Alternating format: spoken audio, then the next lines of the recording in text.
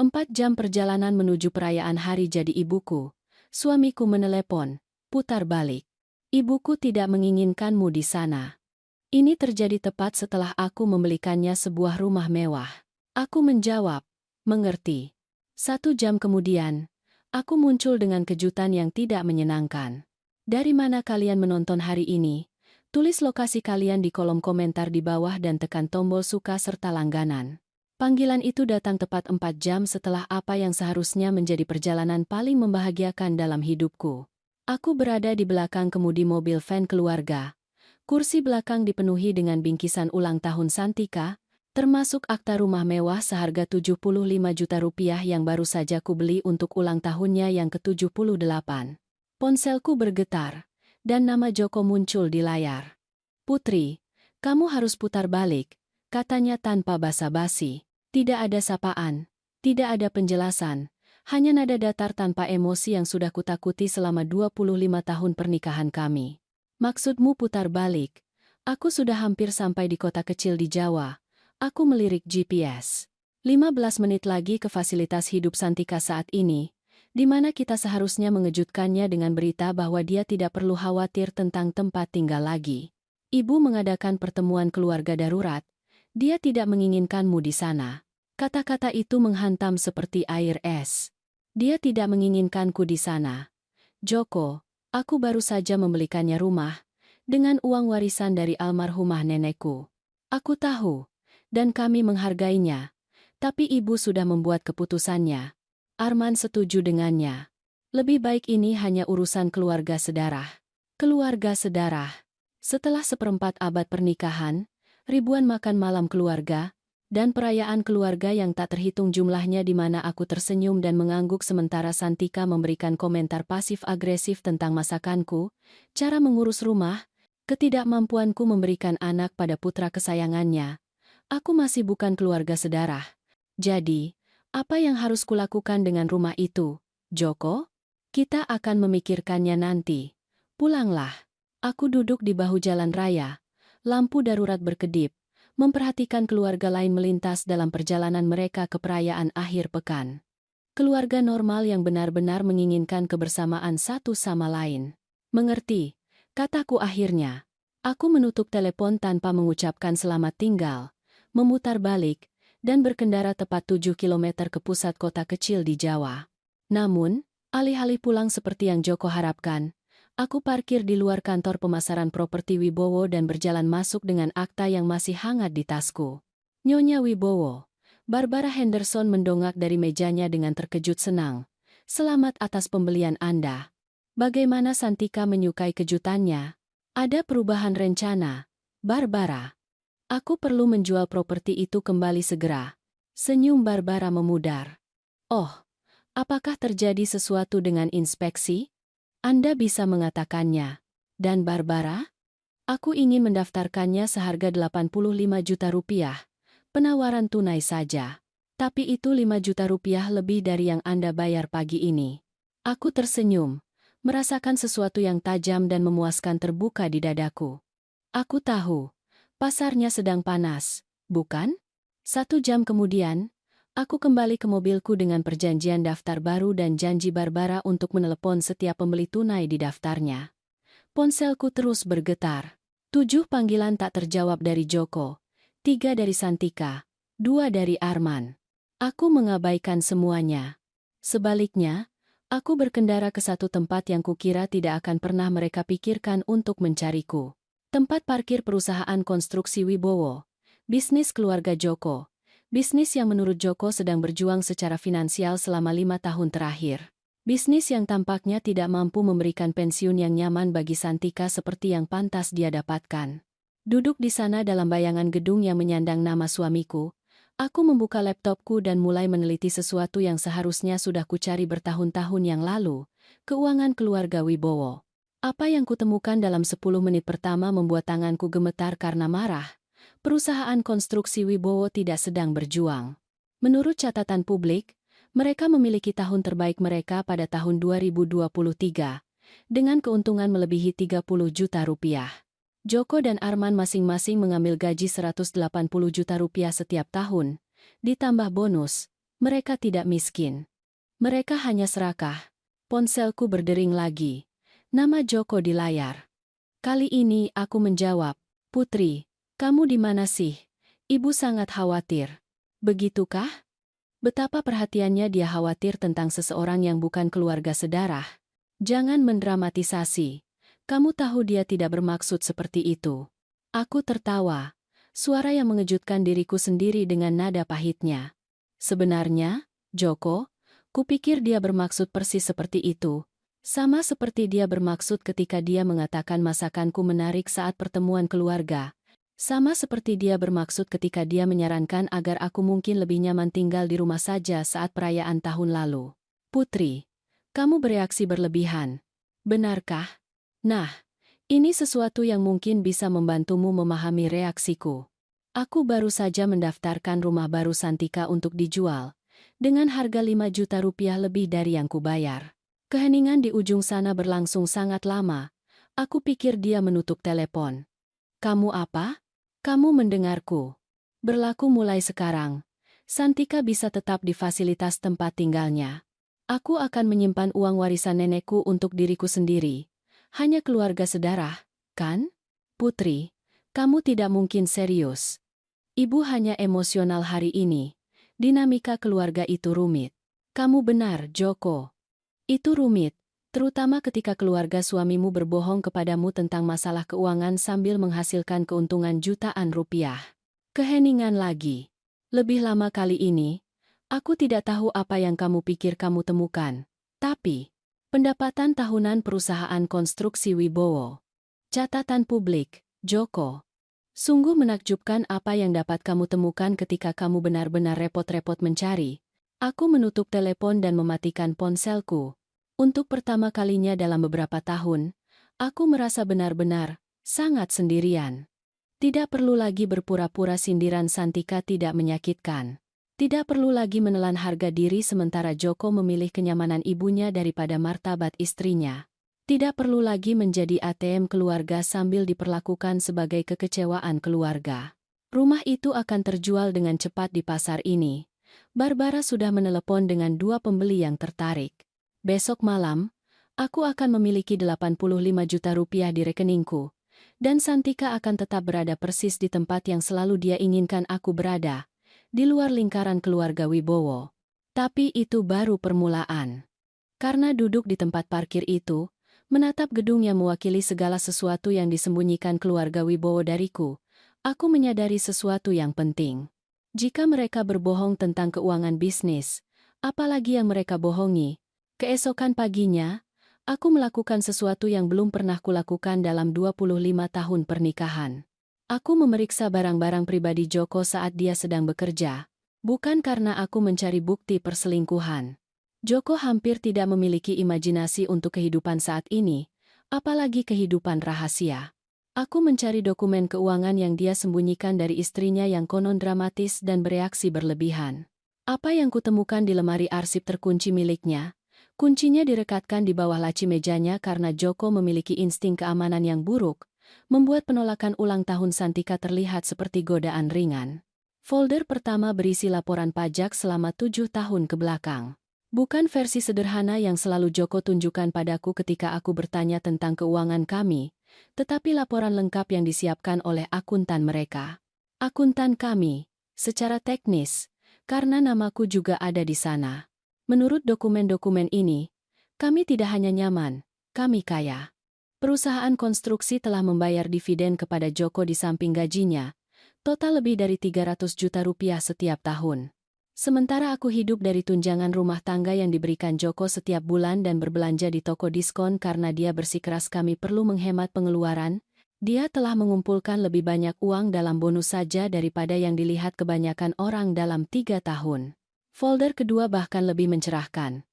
Polis asuransi, rekening investasi, dana perwalian yang belum pernah kudengar, dan akta properti. Rupanya, Joko memiliki 3 properti sewa selain rumah kami. Properti yang menghasilkan pendapatan sewa 18 juta rupiah bulanan yang entah bagaimana tidak pernah disebutkan dalam diskusi anggaran rumah tangga kami. Tetapi folder ketiga, itulah yang membuatku duduk keras di kursi kantor Joko dan menuangkan sedikit kopi mahalnya. Kopi yang seharusnya tidak kuketahui dia simpan di mejanya karena kami tidak mampu membeli barang-barang mewah. Santika bukanlah janda yang kesulitan seperti yang kukira. Menurut dokumen keuangan, dia memiliki apartemen fasilitas hidupnya sendiri dan memiliki portofolio investasi senilai sekitar 500 juta rupiah.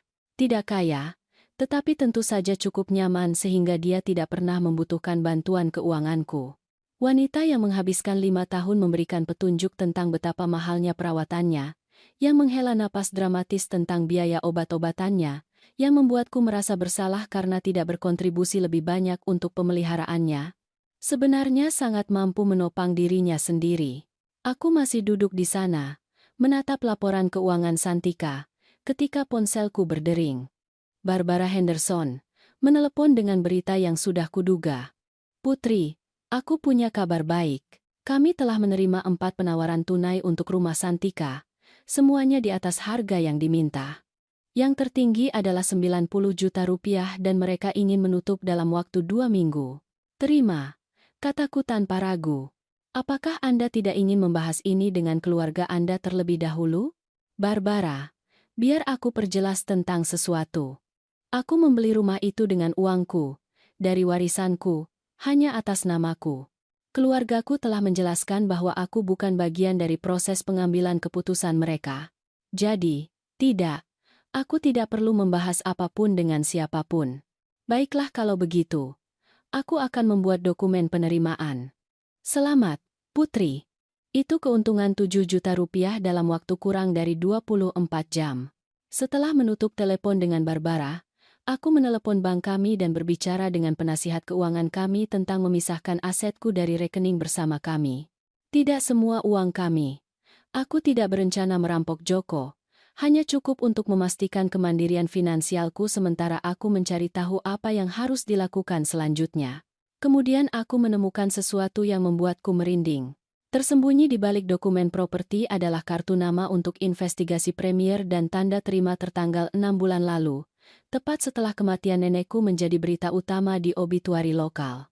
Jumlahnya, 30 juta rupiah. Untuk layanan apa? Tanda terima itu tidak merinci. Tanganku gemetar saat aku memutar nomor itu. Investigasi premier, ini Derek. Halo, ini Margaret Davidson. Aku menggunakan nama Inggris asliku untuk menjebaknya. Aku menemukan kartu nama Anda di antara dokumen suamiku, dan aku bertanya-tanya layanan apa yang Anda berikan untuknya. Nyonya Wibowo, aku perlu berbicara langsung dengan Bapak Wibowo sebelum membahas masalah rahasia apapun. Aku mengerti kebijakan Anda, tetapi aku menelepon karena aku menemukan dia mempekerjakan Anda untuk menyelidiki aku.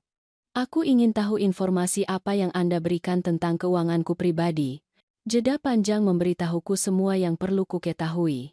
Nyonya, aku tidak bisa membahas detailnya, tetapi aku dapat mengonfirmasi bahwa kami melakukan penilaian latar belakang dan keuangan standar 6 bulan lalu. 6 bulan lalu, tepat setelah nenekku meninggal dan sebelum aku menerima warisanku. Nyonya Wibowo, aku benar-benar tidak bisa. Terima kasih. Itu saja yang perlu kuketahui. Aku menutup telepon dan merasa mual secara fisik. Joko tidak hanya menyembunyikan keuangannya sendiri dariku. Dia telah mempekerjakan seseorang untuk menyelidiki prospek keuanganku sehingga dia bisa merencanakan cara mengakses uang warisanku. Ponselku berdering lagi saat aku mencerna pengkhianatan ini. Nama Joko di layar. Kali ini aku menjawab. Putri, kita perlu bicara. Bisakah kamu pulang? Aku sudah di rumah, Joko. Sedang membaca beberapa materi bacaan yang menarik di kantormu. Aku mendengarnya menarik napas.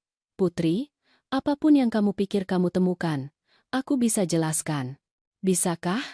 Karena aku melihat laporan pajak yang menunjukkan kamu telah menghasilkan 4 kali lipat dari yang kamu katakan padaku. Aku melihat akta properti untuk rumah sewa yang tidak kuketahui keberadaannya. Aku melihat rekening investasi yang bernilai lebih dari seluruh harta warisan nenekku. Itu rumit. Sebenarnya tidak. Joko, kamu telah mengendalikan keuangan kita sambil berbohong padaku tentang situasi keuangan kita selama bertahun-tahun. Kamu bahkan mempekerjakan penyelidik swasta untuk meneliti prospek warisanku sebelum nenekku dingin di tanah. Itu bukan tentang kamu. Itu tentang melindungi masa depan keuangan keluarga. Keberaniannya sangat mencengangkan. Melindungi keluarga? Joko, kamu menghabiskan 30 juta rupiah menyelidiki istrimu sendiri seolah aku adalah calon kriminal. Bagaimana itu perlindungan? Kami perlu memahami implikasi pajak. Berhenti berbohong. Aku mengambil kartu nama penyelidik. Aku berbicara dengan Derek di investigasi Premier. Dia mengonfirmasi kamu mempekerjakan mereka untuk penilaian latar belakang dan keuangan tepat setelah obituari nenekku diterbitkan. Keheningan berlangsung sangat lama. Aku pikir dia menutup telepon. Joko, jangan lakukan sesuatu yang terburu-buru, Putri. Pulanglah dan mari kita bahas ini secara rasional. Rasional? Joko, tidak ada yang rasional tentang mengetahui suamimu telah berbohong tentang uang sambil diam-diam menyelidiki kekayaan keluargaku. Aku akan keluar dari rumah malam ini. Putri, kamu sedang emosional. Kita bisa menyelesaikan ini. Aku melihat sekeliling kantor Joko pada bukti penipuan keuangan selama puluhan tahun yang tersebar di mejanya. Sebenarnya, Joko, kupikir aku bersikap logis untuk pertama kalinya dalam pernikahan kita. Aku menutup telepon dan terus membaca dokumen Joko. Pasti ada lagi. Orang tidak menciptakan penipuan keuangan yang rumit ini dan mempekerjakan penyelidik swasta hanya untuk menghindari percakapan jujur tentang uang. Dan di folder keempat, aku menemukan apa yang kucari. Laporan bank yang menunjukkan setoran tunai reguler yang tidak cocok dengan pendapatan bisnis apapun yang dapat kuidentifikasi.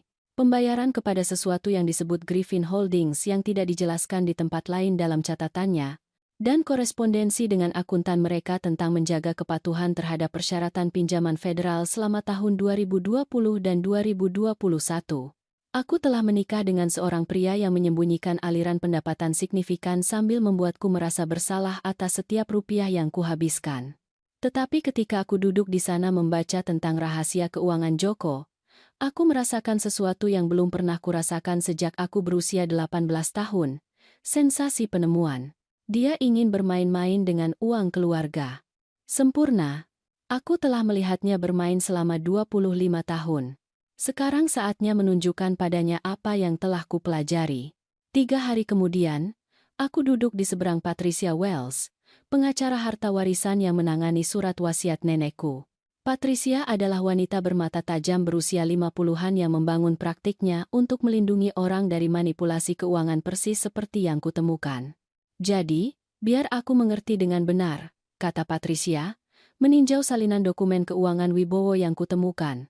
Suami Anda telah menipu Anda tentang kekayaan keluarga sambil mengendalikan akses Anda ke uang melalui sistem tunjangan, dan dia mempekerjakan penyelidik swasta untuk meneliti prospek warisan Anda. Tepat sekali. Dan aku ingin tahu perlindungan hukum apa yang kumiliki. Patricia tersenyum masam. Lebih dari yang Anda duga. Penyelidik swasta saja menunjukkan perencanaan keuangan yang sengaja mengecualikan Anda dari pengetahuan tentang aset perkawinan. Itu masalah serius dalam proses perceraian. Dia mengeluarkan buku catatan hukum dan mulai membuat catatan. Ceritakan tentang pembelian rumah itu. Apakah Anda berada di bawah paksaan atau alasan palsu saat membuat keputusan itu? Mereka menghabiskan waktu berbulan-bulan mengatakan padaku Santika tidak mampu mendapatkan perumahan yang layak, bahwa bisnis keluarga sedang berjuang, dan mereka tidak dapat membantunya secara finansial. Aku dibuat percaya aku membantu seorang wanita tua, yang membutuhkan padahal dia sebenarnya memiliki hampir 500 juta rupiah dalam aset. Dan pembelian itu dilakukan sepenuhnya dengan dana warisan terpisah Anda, setiap rupiah. Aku punya catatan bank untuk membuktikannya. Patricia mengangguk setuju. Bagus, itu membuatnya lebih mudah untuk menuntut ganti rugi jika perlu. Sekarang, hasil seperti apa yang Anda cari? Apakah Anda ingin berdamai dengan suami Anda atau Anda mempertimbangkan perceraian? Pertanyaan itu mengejutkanku. Dalam semua kemarahanku atas penipuan keuangan, aku sebenarnya belum mempertimbangkan untuk mengakhiri pernikahanku. Tetapi duduk di kantor Patricia, melihat bukti betapa telitinya suamiku telah mengkhianati kepercayaanku, aku menyadari sesuatu yang penting. Aku tidak ingin menceraikan Joko segera, kataku perlahan. Aku ingin memberinya kesempatan untuk berterus terang dan menata ulang hubungan kita dengan kejujuran penuh, tapi aku ingin perlindungan hukum sementara aku mencari tahu apakah dia mampu melakukan itu. Itu pendekatan yang bijaksana, Pengaruh apa yang Anda miliki untuk memaksakan kejujuran semacam itu? Aku memikirkan penyelidik swasta, tentang tahun-tahun pendapatan dan aset tersembunyi, tentang perjuangan keuangan palsu Santika. Aku pikir aku punya cukup banyak. Sebenarnya, Patricia menghabiskan 1 jam berikutnya menjelaskan pilihan hukumku. Karena Joko telah menyembunyikan aset perkawinan dan mengendalikan aksesku ke keuangan keluarga, aku dapat mengklaim bagian yang lebih besar dari properti bersama kami dalam penyelesaian perceraian apapun. Karena Santika telah menerima uang dengan alasan palsu, aku berpotensi menuntut ganti rugi. Karena mereka telah menyelidiki keuanganku tanpa sepengetahuanku, aku memiliki dasar untuk klaim pelanggaran privasi.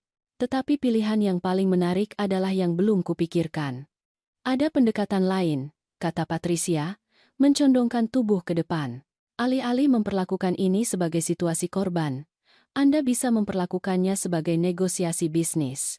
Anda memiliki informasi yang tidak mereka inginkan publik. Anda memiliki sumber daya keuangan yang ingin mereka akses. Anda dapat menggunakan posisi itu untuk menata ulang hubungan keluarga Anda dengan persyaratan yang menguntungkan Anda. Penataan ulang seperti apa? Nah, misalnya, bagaimana jika Anda menawarkan untuk menjaga kerahasiaan penipuan keuangan mereka dengan imbalan konsesi tertentu, transparansi keuangan penuh ke depan, kontrol yang setara atas keputusan keluarga besar, permintaan maaf formal dari Santika, dan jaminan perlakuan yang hormat? Ide itu menarik. Aku bisa mengekspos mereka atas apa yang telah kupelajari, atau aku bisa menggunakannya untuk akhirnya mengklaim tempatku yang sah dalam hierarki keluarga Wibowo. Pikirkan tentang itu, lanjut Patricia. Setelah 25 tahun menikah, Anda mengenal orang-orang ini. Anda tahu kelemahan mereka, ketakutan mereka, titik tekanan mereka. Alih-alih menjauh dari semua yang telah Anda bangun, Anda dapat menggunakan pengetahuan itu untuk membangunnya kembali sesuai persyaratan Anda. Aku meninggalkan kantor Patricia dengan folder tebal berisi pilihan hukum dan perspektif yang sama sekali baru tentang situasiku. Aku bukan hanya seorang istri yang marah yang telah ditipu. Aku adalah seorang wanita dengan pengaruh besar dalam keluarga yang telah meremehkanku selama puluhan tahun. Perhentian pertamaku adalah perpustakaan umum, di mana aku menghabiskan 2 jam meneliti segala sesuatu yang dapat kutemukan tentang urusan bisnis perusahaan konstruksi Wibowo. Apa yang kutemukan membuat penipuan keuangan mereka terlihat kecil sebagai perbandingan. Perusahaan itu telah menerima pinjaman bantuan selama pandemi sebesar lebih dari 30 juta rupiah yang telah diampuni di bawah program pemerintah. Menurut pengajuan publik, mereka mengklaim kesulitan keuangan dan ketidakmampuan untuk mempertahankan gaji selama tahun 2020 dan 2021. Tetapi laporan pajak mereka untuk tahun yang sama menunjukkan rekor keuntungan dan pembayaran bonus yang substansial kepada pemilik. Aku bukan seorang pengacara, tetapi aku telah menonton cukup banyak berita untuk mengenali potensi penipuan ketika aku melihatnya. Joko dan Arman telah menerima hampir 4 juta rupiah dalam bantuan bencana federal sementara secara bersamaan melaporkan tahun paling menguntungkan mereka. Ponselku terus bergetar saat aku meneliti, tetapi aku mengabaikan setiap panggilan. Sekarang, duduk di mobilku di luar perpustakaan, aku akhirnya mendengarkan pesan suara. Joko, Putri, tolong pulanglah. Kita perlu membahas ini secara rasional. Santika, Margaret, sayang. Kupikir ada kesalahpahaman. Joko memberitahuku tentang reaksi kecilmu, dan aku ingin kamu tahu aku memaafkanmu. Arman, Putri. Joko benar-benar kesal. Apapun yang terjadi antara kalian berdua, jangan seret bisnis keluarga ke dalamnya. Dan akhirnya, Joko lagi, Putri. Aku tidak tahu apa yang kamu pikir kamu temukan, tetapi jika kamu berencana melakukan sesuatu yang bodoh dengan informasi itu, ingatlah bahwa kamu juga bagian dari keluarga ini. Apa yang memengaruhi kami, memengaruhi kamu. Apakah itu ancaman? Setelah 25 tahun menikah, apakah suamiku benar-benar mengancamku? Sempurna, karena jika ada satu hal yang kupelajari dari nenekku, itu adalah bahwa ancaman hanya berhasil pada orang yang masih memiliki sesuatu untuk hilang. Aku berkendara ke penginapan kota kecil di Jawa dan check-in ke sebuah kamar selama seminggu. Kemudian aku menelepon Joko. Putri, syukurlah. Kamu di mana? Aku menginap di hotel sambil memutuskan apa yang harus dilakukan dengan informasi yang kutemukan. Informasi, Putri? Apapun yang kamu pikir kamu temukan. Joko. Aku telah menemukan laporan pajak, akta properti, laporan bank, dan bukti bahwa kamu mempekerjakan seseorang untuk menyelidiki keuangan keluargaku. Aku juga telah menemukan bahwa perusahaan konstruksi Wibowo menerima lebih dari 30 juta rupiah dalam pinjaman federal sambil melaporkan rekor keuntungan. Apakah kamu ingin menjelaskan semua ini? Keheningan di ujung sana memekakan telinga. Aku akan menganggap itu sebagai tidak. Lanjutku. Inilah yang akan terjadi. Besok malam, aku ingin kamu, Arman, dan Santika bertemu denganku di rumah kita untuk diskusi keluarga. Kita akan berbicara tentang kejujuran, rasa hormat, dan masa depan hubungan kita. Putri, kamu membuatku takut. Bagus. Ketakutan adalah respons yang sehat ketika kamu telah berbohong kepada seseorang selama bertahun-tahun dan mereka akhirnya mengetahuinya. Apa yang kamu inginkan dari kami? Aku melihat keluar jendela hotel ke kota di mana aku telah menghabiskan 25 tahun diperlakukan seperti warga negara kelas 2 dalam keluargaku sendiri. Joko. Aku ingin apa yang selalu kuinginkan. Diperlakukan seperti keluarga alih-alih seperti pembantu sewaan yang sesekali diundang makan malam. Kamu adalah keluarga. Tidak, Joko. Anggota keluarga mendapatkan informasi jujur tentang keuangan yang memengaruhi mereka. Anggota keluarga tidak diselidiki oleh detektif swasta. Anggota keluarga tidak dikeluarkan dari percakapan penting karena mereka bukan keluarga sedarah. Aku bisa mendengarnya bernapas berat di ujung sana. Pukul 7 besok malam, datanglah ke sana dan bawa kejujuranmu. Semuanya. Saat aku menutup telepon, aku menyadari aku tidak marah lagi. Aku menjadi sesuatu yang jauh lebih berbahaya. Aku menjadi strategis. Mobil bak terbuka Joko ada di jalan masuk malam berikutnya, bersama dengan BMW perak Arman dan mobil tua Santika. Sebuah pertemuan keluarga, persis seperti yang Santika inginkan. Betapa nyamannya mereka semua berkumpul di satu tempat. Aku berjalan ke rumahku sendiri dan menemukan mereka duduk di sekitar meja dapur kami seperti pengadilan, Santika di kepala meja di kursi yang biasanya kududuki, Joko dan Arman mengapitnya seperti pengawal. Mereka bahkan telah mengambil kopi kesayanganku dan kue mahal yang kusimpan untuk acara khusus. Itu dia, Santika mengumumkan saat aku masuk. Putri ulang tahun kita yang berpikir dia bisa mengamuk dan menuntut perhatian. Aku meletakkan tasku dengan hati-hati di meja dan menempatkan folder Patricia di sebelah teko kopi. 3 pasang mata melacak gerakanku dengan kehati-hatian orang yang tahu mereka telah tertangkap. Selamat malam, keluarga, kataku dengan ramah.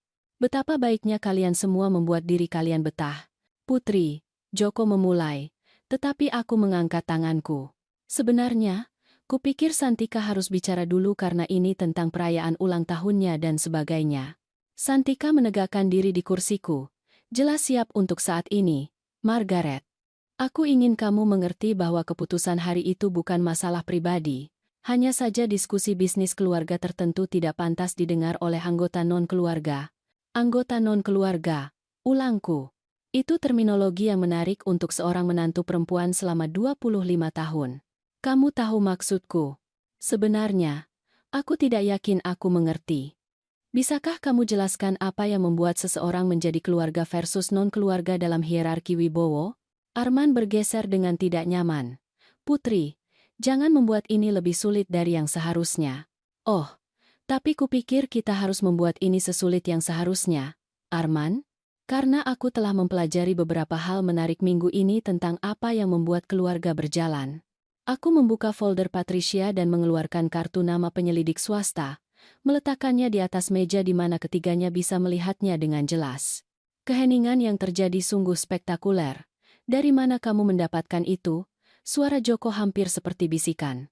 Dari lemari arsipmu, bersama dengan laporan pajak yang menunjukkan pendapatan aslimu, akta properti untuk rumah sewa yang lupa kamu sebutkan, dan laporan keuangan Santika yang membuktikan dia bisa membeli rumah mewahnya sendiri.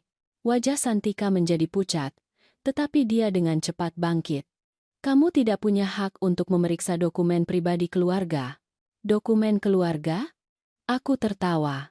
Santika, menurutmu, aku bukan keluarga, dan menurut tanda terima penyelidik ini, kamu telah memperlakukanku seperti subjek di bawah pengawasan selama 6 bulan terakhir. Aku mengeluarkan salinan dokumen yang kutemukan. Nah, karena kita semua di sini, mengapa kita tidak mengadakan diskusi keluarga yang tidak kamu inginkan ku dengar hari itu? Aku sangat tertarik pada bagian tentang menyelidiki warisanku dan garis waktu untuk mengaksesnya. Joko meraih dokumen-dokumen itu, tetapi aku lebih cepat menahannya. Sentuh propertiku lagi, dan percakapan ini berakhir dengan panggilan ke pihak berwenang tentang penipuan pinjaman federal. Itu membekukan ketiganya sepenuhnya. Kamu sibuk minggu ini, kata Arman perlahan. Sangat sibuk. Tahukah kamu bahwa catatan publik sebenarnya adalah publik? Sungguh menakjubkan apa yang dapat kamu pelajari tentang keuangan perusahaan ketika kamu tahu di mana mencarinya. Aku duduk di meja, di satu-satunya kursi yang tersisa, dan tersenyum pada audiens tawananku. Inilah yang akan terjadi. Aku memulai. Kita akan memiliki kejujuran penuh untuk pertama kalinya dalam sejarah keluarga ini, dan kemudian kita akan menegosiasikan persyaratan baru untuk partisipasiku yang berkelanjutan dalam pengalaman keluarga Wibowo. Kamu tidak bisa memeras keluargamu sendiri. Santika menyembur. Tidak bisakah? Karena dari tempatku duduk, sepertinya keluarga telah memanipulasiku selama bertahun-tahun. Manipulasi emosional, manipulasi finansial, tetapi manipulasi.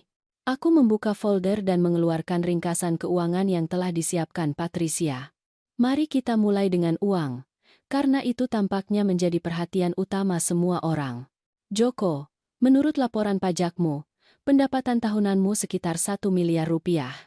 Arman, milikmu adalah 900 juta rupiah.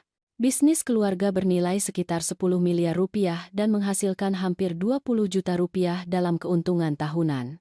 Aku menoleh ke Santika. Dan Anda, Santika, memiliki kekayaan bersih sekitar 500 juta rupiah, ditambah apartemen dan investasi Anda. Bagaimana kamu? Dia memulai. Bagaimana aku mengetahuinya? Mudah. Aku melihat di lemari arsip di mana suamiku sendiri telah menyembunyikan situasi keuangan keluarga kita yang sebenarnya selama bertahun-tahun. Joko menemukan suaranya. Putri, kami tidak pernah bermaksud menipu kamu. Keuangan itu rumit. Rumit? Aku menyela. Joko, kamu mengatakan padaku kita tidak mampu berlibur sementara kamu mengumpulkan bonus bulanan. Kamu memberiku tunjangan bulanan seperti anak kecil sementara kamu memiliki 3 properti sewa. Kamu membiarkanku percaya ibumu membutuhkan bantuan keuangan padahal dia bernilai lebih dari rekening tabungan kebanyakan orang. Pendapatan sewa masuk kembali ke bisnis, kata Arman membela diri. Benarkah? Karena menurut catatan bank, itu masuk ke rekening pribadi Joko, sama seperti dividen yang konon tidak ada. Santika diam selama pertukaran ini, tetapi sekarang dia berbicara dengan nada angkuh yang telah dia sempurnakan selama 7 dekade. Baik. Kamu telah menemukan bahwa kami tidak miskin. Selamat. Apa sebenarnya yang kamu inginkan? Uang? Apakah ini tentang itu? Apa yang kuinginkan, Santika, adalah apa yang selalu kuinginkan. Diperlakukan seperti keluarga alih-alih seperti pembantu sewaan yang sesekali diundang makan malam. Kamu adalah keluarga, kata Joko lemah. Tidak, Joko. Anggota keluarga diikutsertakan dalam percakapan penting. Anggota keluarga mendapatkan informasi jujur tentang keuangan yang memengaruhi mereka. Anggota keluarga tidak diselidiki oleh detektif swasta untuk menilai potensi eksploitasi mereka. Aku berdiri dan berjalan ke jendela, melihat keluar ke taman yang telah kutanam dan pelihara selama 25 tahun di rumah yang tanpa sadar ku bantu bayar. Ini tawaranku, kataku tanpa berbalik. Transparansi keuangan penuh ke depan. Kontrol bersama atas semua aset perkawinan, termasuk properti sewa, suara yang setara dalam keputusan bisnis keluarga, dan permintaan maaf publik formal dari Santika atas penghinaan hari itu. Dan jika kami menolak, tanya Arman. Aku berbalik menghadap mereka, merasa lebih tenang daripada yang kurasakan selama bertahun-tahun. Jika kamu menolak, maka aku menghubungi pihak berwenang tentang penipuan pinjaman pemerintah, kantor pajak tentang pendapatan sewa yang tidak dilaporkan, dan surat kabar lokal tentang bagaimana sebuah keluarga terkemuka menyelidiki dan memanipulasi warisan seorang wanita melalui penipuan emosional yang rumit. Ketiganya bertukar pandang, dan aku bisa melihat mereka menghitung peluang, menimbang pilihan, mencoba menemukan sudut pandang yang belum kupikirkan. Kamu tidak akan benar-benar menghancurkan keluargamu sendiri, kata Santika akhirnya. Coba saja. Karena inilah yang tidak pernah dipahami keluarga Wibowo tentangku. Aku telah menghabiskan 25 tahun belajar untuk bertahan hidup dari kekejaman santai mereka. Aku telah mengembangkan kesabaran, keterampilan observasi, dan pemahaman yang sangat jelas tentang seberapa jauh orang akan mendorong batas ketika mereka pikir mereka bisa lolos begitu saja. Mereka telah mengajariku dengan baik. Sekarang saatnya untuk ujian akhir mereka. Keheningan berlangsung selama hampir 2 menit penuh sebelum Santika berbicara. Kamu telah berubah, Margaret. Benarkah? Atau apakah aku hanya berhenti berpura-pura bahwa bersyukur diam-diam atas remah-remah entah bagaimana berbudi luhur? Joko berdeham. Putri, dengan asumsi kita menyetujui persyaratanmu, bagaimana ini akan berjalan secara praktis? Secara praktis, Joko, itu berjalan seperti pernikahan antara yang setara alih-alih pertunjukan apapun yang telah kita pentaskan selama seperempat abad terakhir. Aku duduk kembali dan mengeluarkan catatan rinci yang telah dibantu Patricia untuk kusiapkan. Kepemilikan bersama atas semua aset berarti aku ditambahkan ke akta properti sewa. Hari ini, itu berarti aku mendapatkan akses ke semua laporan keuangan bisnis dan suara dalam keputusan besar. Itu berarti tidak ada lagi rekening rahasia atau pendapatan tersembunyi. Itu tidak masuk akal. Arman mengakui dengan enggan. Permintaan maaf Santika harus publik karena rasa tidak hormatnya adalah publik. Aku tidak peduli apakah itu surat kepada surat kabar, pernyataan pada pertemuan keluarga berikutnya, atau postingan di media sosial. Tetapi itu perlu mengakui bahwa dia sengaja mempermalukan aku dan bahwa perilakunya salah. Wajah Santika berubah menjadi ungu. Aku tidak akan didikte oleh menantu perempuanmu yang baru saja menemukan bukti penipuan federal. Aku menyela. Santika, biar aku perjelas tentang posisimu di sini. Aku punya bukti bahwa kamu tahu tentang penyelidikan keuanganku. Putramu mempekerjakan penyelidik swasta untuk meneliti prospek warisanku. Itu membuatmu terlibat dalam manipulasi keuangan. Kamu menggertak, katanya, tetapi suaranya kurang meyakinkan. Aku mengeluarkan salinan cek yang ditulis Joko kepada investigasi Premier. Benarkah? Joko menatap cek itu. Bagaimana kamu menemukan itu? Aku menemukannya karena kamu meninggalkannya di lemari arsipmu. Rupanya, kamu pikir aku terlalu bodoh untuk mencari informasi tentang keuangan keluargaku sendiri. Dinamika keluarga retak secara real-time, persis seperti yang kuharapkan. 25 tahun menonton mereka beroperasi telah mengajarkanku titik tekanan masing-masing. Santika adalah kebutuhannya untuk mempertahankan penampilan otoritas moral. Arman adalah ketakutannya dikeluarkan dari keputusan bisnis. Joko adalah kebutuhannya yang putus asa untuk menghindari konflik. Jadi, kita semua setuju bahwa ada upaya yang disengaja dan terkoordinasi untuk meneliti dan memanipulasi warisanku. Tanyaku dengan ramah.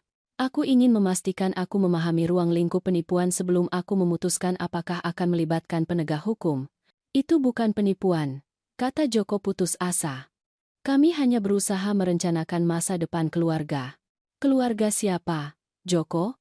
Karena hari itu, Santika memperjelas bahwa aku bukan bagian dari keluarga yang kamu rencanakan. Santika akhirnya tampak memahami besarnya kesalahannya. Margaret, aku kesal tentang perencanaan pesta kejutan. Aku tidak bermaksud mengecualikanmu dari keputusan keluarga secara permanen. Benarkah? Karena menurut apa yang kutemukan, rencana itu tampaknya adalah untuk mengamankan uang warisanku dan kemudian terus memperlakukanku persis seperti yang selalu kamu lakukan, sebagai seseorang yang pendapatnya tidak penting. Aku berdiri dan berjalan ke teko kopi, mengisi ulang cangkirku dengan ketenangan yang disengaja. Ironisnya, tentu saja, aku tidak pernah menginginkan uangmu. Aku menginginkan rasa hormatmu. Aku ingin diikutsertakan, dihargai, diperlakukan seolah pendapatku penting. Pendapatmu penting, kata Joko lemah. Benarkah? Kapan terakhir kali kamu menanyakan pendapatku tentang keputusan besar, Joko? Kapan terakhir kali kamu mengikutsertakan aku dalam diskusi keluarga sebelum membuat rencana yang memengaruhi hidupku? Dia membuka mulutnya, lalu menutupnya, jelas tidak dapat memikirkan satu pun contoh. Itu yang kupikirkan. Aku kembali ke tempat dudukku dan menatap mereka masing-masing secara bergantian. Inilah kenyataannya. Kamu bisa menyetujui persyaratanku, dan kita bisa menata ulang dinamika keluarga ini sebagai kemitraan yang setara. Atau kamu bisa menolak, dan aku bisa menuntut tindakan hukum sambil membangun kehidupan mandiri yang sangat nyaman untuk diriku sendiri. Kamu tidak serius mempertimbangkan perceraian, kata Santika. Santika, 2 minggu lalu, aku akan merasa ngeri memikirkan perceraian. Hari itu, aku akan melakukan apa saja untuk membuat keluarga ini berhasil. Tetapi duduk di sini sekarang, melihat bukti betapa telitinya kalian semua mengkhianati kepercayaanku, aku menemukan kemandirian terlihat sangat menarik. Aku mengeluarkan ponselku dan menunjukkan kepada mereka pesan dari Barbara Henderson. Rumah berhasil ditutup. Keuntungan disetor, 7 juta rupiah. Selamat. Ngomong-ngomong, rumah Santika terjual.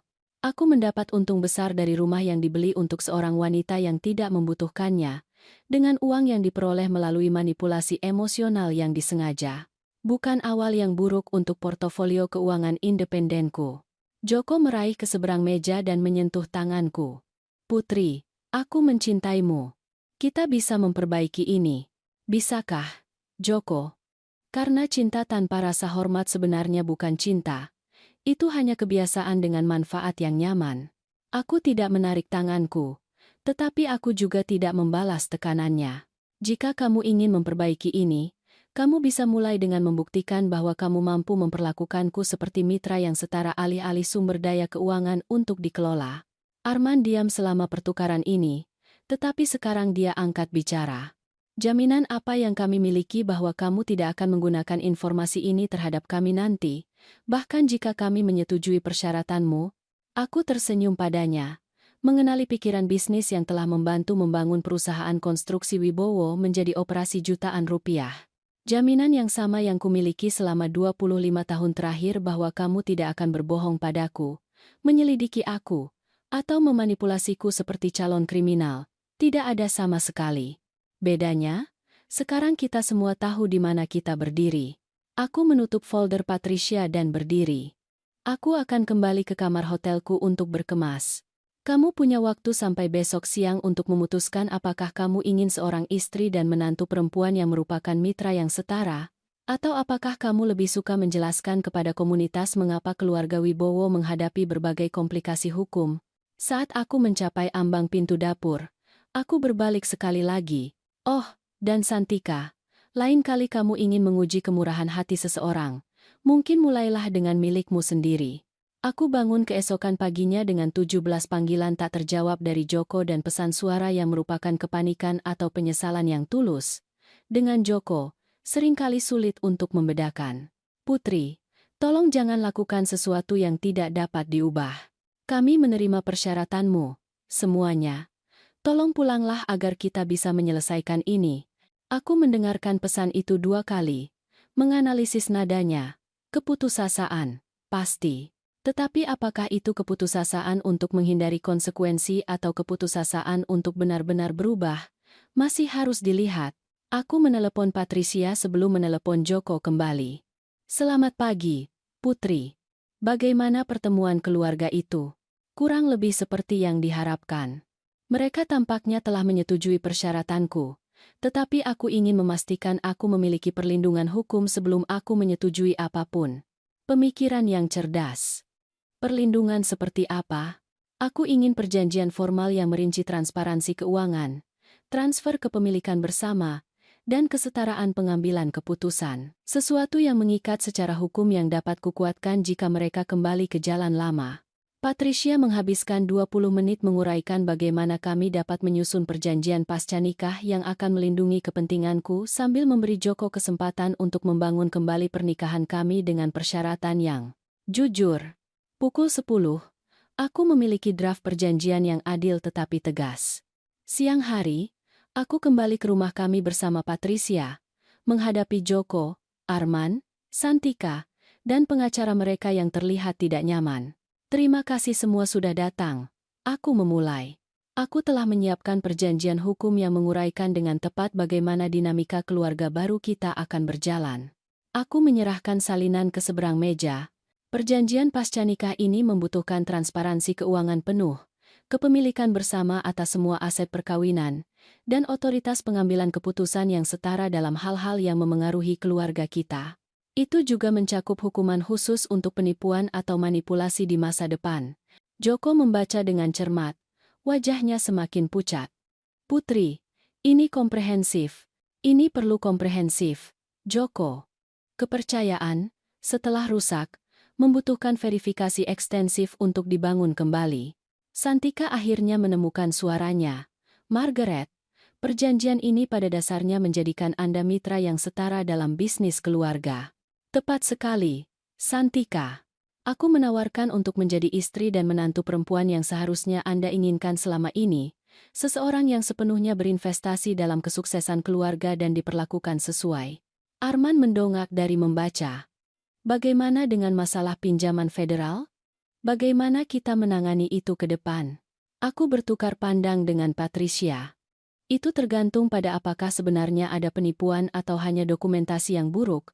Jika pinjaman itu sah dan digunakan dengan benar, tidak ada masalah. Jika tidak, nah, itu percakapan yang perlu kita lakukan, dengan jujur. Joko berdeham. Putri, pinjaman itu rumit, tetapi legal. Uang itu digunakan untuk tujuan bisnis. Bahkan jika dokumennya tidak sepenuhnya jelas tentang spesifikasinya, maka kamu tidak akan kesulitan memberikan dokumentasi lengkap untuk mendukung klaim itu. Ruangan itu menjadi sunyi saat semua orang mencerna implikasinya. Apakah kamu meminta kami untuk mempercayai kamu dengan informasi yang berpotensi digunakan untuk melawan kami?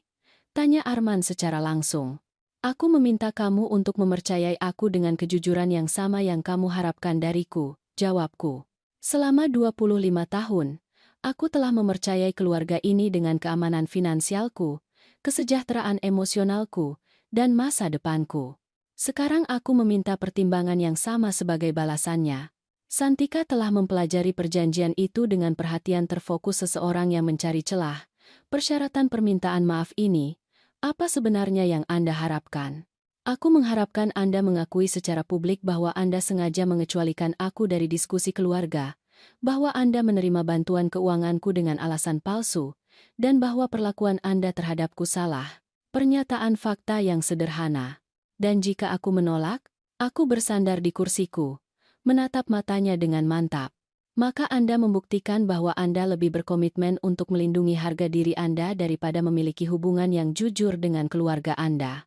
Joko meraih ke seberang meja dan menggenggam tanganku. Putri, aku tahu aku telah membuat kesalahan serius, tetapi aku ingin memperbaiki ini. Aku ingin kita memiliki pernikahan yang seharusnya kita miliki selama ini. Untuk pertama kalinya sejak cobaan ini dimulai, Joko terdengar seperti dia benar-benar mengerti apa yang telah dia lakukan salah. Kalau begitu tanda tangani perjanjian itu, kataku singkat. Buktikan bahwa kamu menginginkan kemitraan alih-alih kontrol. 1 jam berikutnya dihabiskan untuk meninjau detail dan menjawab pertanyaan dari pengacara mereka. Pukul 3, kami memiliki perjanjian yang mengikat secara hukum yang memberiku semua yang kuminta. Transparansi keuangan, otoritas pengambilan keputusan yang setara, kepemilikan bersama atas semua aset perkawinan, dan jalur yang jelas ke depan. Santika menandatangani surat permintaan maafnya dengan keengganan yang jelas, tetapi dia menandatanganinya. Joko menambahkan namaku ke semua akta properti sore itu. Arman memberikan catatan keuangan bisnis lengkap dan setuju untuk mengikutsertakan aku dalam semua diskusi bisnis besar ke depan. Malam itu, duduk di dapur kami untuk pertama kalinya dalam lebih dari seminggu, aku merasakan sesuatu yang belum pernah kurasakan dalam pernikahan kami sebelumnya, kemitraan yang sebenarnya. Putri, kata Joko pelan saat kami membersihkan diri setelah makan malam. Aku ingin kamu tahu bahwa aku mengerti apa yang kulakukan salah. Itu bukan hanya tentang menyembunyikan uang, itu tentang tidak melihat kamu sebagai yang setara. Apa yang mengubah pikiranmu? Dia diam untuk waktu yang lama, dengan hati-hati mengeringkan piring di tangannya. Melihatmu pergi, menyadari bahwa kamu serius membangun kehidupan tanpa kami jika kami tidak bisa memperlakukanmu dengan benar. Aku menghabiskan 25 tahun berpikir kamu akan selalu ada di sana tidak peduli apa yang kami lakukan. Tidak pernah terpikir olehku bahwa kamu mungkin memutuskan kamu pantas mendapatkan yang lebih baik. Dan sekarang? Sekarang aku tahu bahwa aku menikahi seseorang yang jauh lebih kuat dan lebih pintar daripada yang kuakui, dan aku tahu bahwa jika aku ingin tetap menikahimu, aku harus pantas mendapatkannya setiap hari. Itu bukan akhir yang sempurna. Kepercayaan, setelah rusak, membutuhkan waktu untuk dibangun kembali. Permintaan maaf Santika lebih karena terpaksa daripada tulus. Integrasi bisnis memiliki tantangannya saat aku mempelajari aspek-aspek perusahaan konstruksi Wibowo yang tidak pernah kuizinkan untuk dilihat, tetapi itu adalah awal yang jujur. 6 bulan kemudian, aku meninjau laporan keuangan triwulan di kantor baruku di perusahaan konstruksi Wibowo, kantor sungguhan dengan namaku di pintu dan otoritas pengambilan keputusan yang sebenarnya. Bisnis ini berkembang pesat di bawah manajemen yang lebih transparan, dan saran ekspansiku telah menghasilkan lebih dari 1 juta rupiah dalam pendapatan baru. Santika dan aku tidak akan pernah menjadi sahabat, tetapi kami mengembangkan hubungan kerja yang hormat berdasarkan batasan yang jelas dan pengakuan timbal balik atas kontribusi masing-masing kepada keluarga. Joko dan aku belajar bagaimana rasanya menikah dengan seseorang yang benar-benar kamu hormati. Itu berbeda dari yang kami miliki sebelumnya. Mungkin kurang nyaman, tetapi jauh lebih tulus. Perubahan yang paling penting bukanlah finansial atau hukum. Itu psikologis. Aku telah belajar bahwa menuntut rasa hormat tidak membuat kamu sulit. Itu membuat kamu tidak tersedia bagi orang-orang yang tidak berniat memperlakukan kamu dengan baik. Aku telah belajar bahwa terkadang keluarga yang kamu nikahi tidak mampu berubah sampai mereka menghadapi kemungkinan nyata kehilanganmu. Dan aku telah belajar bahwa posisi terkuat yang dapat kamu ambil dalam hubungan apapun adalah benar-benar bersedia pergi jika kebutuhan mendasar Anda tidak terpenuhi. Hari-hari ini, ketika orang bertanya kepadaku bagaimana aku menemukan keberanian untuk melawan seluruh keluargaku, aku mengatakan yang sebenarnya, aku tidak menemukan keberanian. Aku menemukan kejelasan. Kejelasan tentang apa yang pantas kudapatkan, apa yang bersedia kuterima, dan apa yang mampu kubangun sendiri. Keluarga Wibowo telah menghabiskan 25 tahun mengajariku bahwa aku membutuhkan mereka lebih dari mereka membutuhkanku. Ternyata, kami semua salah tentang itu. Tetapi tidak seperti mereka. Aku bersedia belajar dari kesalahanku. 2 minggu kemudian, aku pikir kami berhasil melewati krisis. Perjanjian hukum ditandatangani, transparansi keuangan nyata, dan Joko tampak benar-benar berkomitmen untuk memperlakukanku sebagai mitra yang setara. Aku benar-benar mulai percaya kami mungkin bisa membangun sesuatu yang lebih baik dari puing-puing dinamika lama kami. Kemudian, agen Rina Martinez menelepon. Nyonya Wibowo, ini agen Martinez dari Unit Kejahatan Keuangan Pemerintah. Kami perlu berbicara dengan Anda tentang aplikasi pinjaman pemerintah perusahaan konstruksi Wibowo. Aku berada di kantor baruku di perusahaan konstruksi Wibowo meninjau kontrak vendor ketika panggilan itu datang. Kata-kata, Unit Kejahatan Keuangan Pemerintah, membuat darahku dingin. Agen Martinez, aku tidak yakin bagaimana aku bisa membantu Anda. Nyonya, kami menyelidiki potensi penipuan pinjaman yang melibatkan bisnis keluarga Anda. Kami memahami Anda baru-baru ini mendapatkan akses ke catatan keuangan yang sebelumnya tersembunyi dari Anda. Pikiranku berpacu. Bagaimana Anda tahu tentang itu? Nyonya Wibowo, kami ingin bertemu dengan Anda hari ini jika memungkinkan. Ini adalah masalah yang sensitif waktu. 4 jam kemudian, aku duduk di ruang konferensi di kantor lapangan pemerintah di Surabaya bersama agen Martinez, agen David Park, dan Patricia Wells. Para agen telah membeberkan dokumen-dokumen yang membuat perutku mual. Nyonya Wibowo, agen Martinez memulai. Perusahaan konstruksi Wibowo mengajukan dan menerima pinjaman pada tahun 2020 dan 2021. Pinjaman ini diampuni berdasarkan sertifikasi bahwa dana itu diperlukan untuk mempertahankan gaji selama kesulitan ekonomi. Dia menyerahkan dokumen ke seberang meja. Namun, laporan pajak mereka untuk tahun yang sama menunjukkan rekor keuntungan dan pembayaran bonus yang signifikan kepada pemilik. Itu penipuan, kataku pelan. Ya, Nyonya, penipuan federal, yang membawa potensi hukuman penjara hingga 20 tahun perhitungan. Agen Park membuka folder lain. Penyelidikan dimulai 6 bulan lalu ketika sistem audit otomatis kami menandai perbedaan antara kesulitan yang dilaporkan dan keuntungan aktual. Kami telah menemukan ketidakberesan tambahan sejak saat itu. Dia menunjukkan kepadaku catatan bank yang belum pernah kulihat sebelumnya.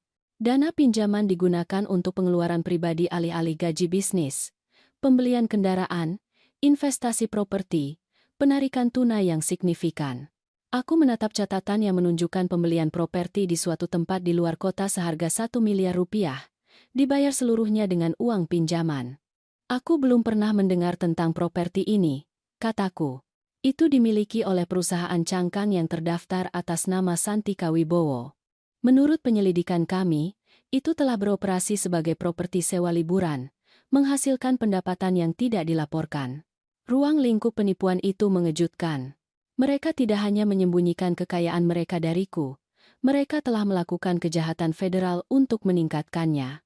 Agen Martinez mencondongkan tubuh ke depan. Nyonya Wibowo, nama Anda muncul di beberapa aplikasi pinjaman dan laporan pajak. Secara teknis, itu menjadikan Anda calon rekan konspirator. Namun, bukti menunjukkan Anda sengaja dikeluarkan dari tuduhan apapun yang terkait dengan kejahatan keuangan ini dengan imbalan kerjasama Anda dengan penyelidikan kami. Agen Park menyerahkan perjanjian kekebalan ke seberang meja. Kami membutuhkan seseorang dengan akses orang dalam untuk membantu kami mendokumentasikan kegiatan kriminal mereka dan memulihkan dana yang dicuri. Aku menatap dokumen itu, memikirkan janji kejujuran dan kemitraan Joko, tentang permintaan maaf Santika yang enggan, tentang makan malam keluarga yang telah kami bagi saat mereka duduk di atas bukti kejahatan federal. Jika aku bekerja sama, apa yang terjadi pada mereka? Jika terbukti bersalah, suami dan saudara ipar Anda bisa menghadapi 15 hingga 20 tahun penjara federal. Ibu mertua Anda bisa menghadapi 10 hingga 15 tahun. Dan jika aku tidak bekerja sama, penyelidikan berlanjut tanpa bantuan Anda, tetapi Anda tetap menjadi target potensial untuk penuntutan berdasarkan nama Anda yang muncul di dokumen palsu. Patricia telah membaca perjanjian kekebalan dengan cermat. Putri, ini sebenarnya tawaran yang sangat baik. Kekebalan penuh, perlindungan saksi jika diperlukan, dan bantuan federal dengan pemulihan aset. Pemulihan aset? Agen Martinez mengangguk.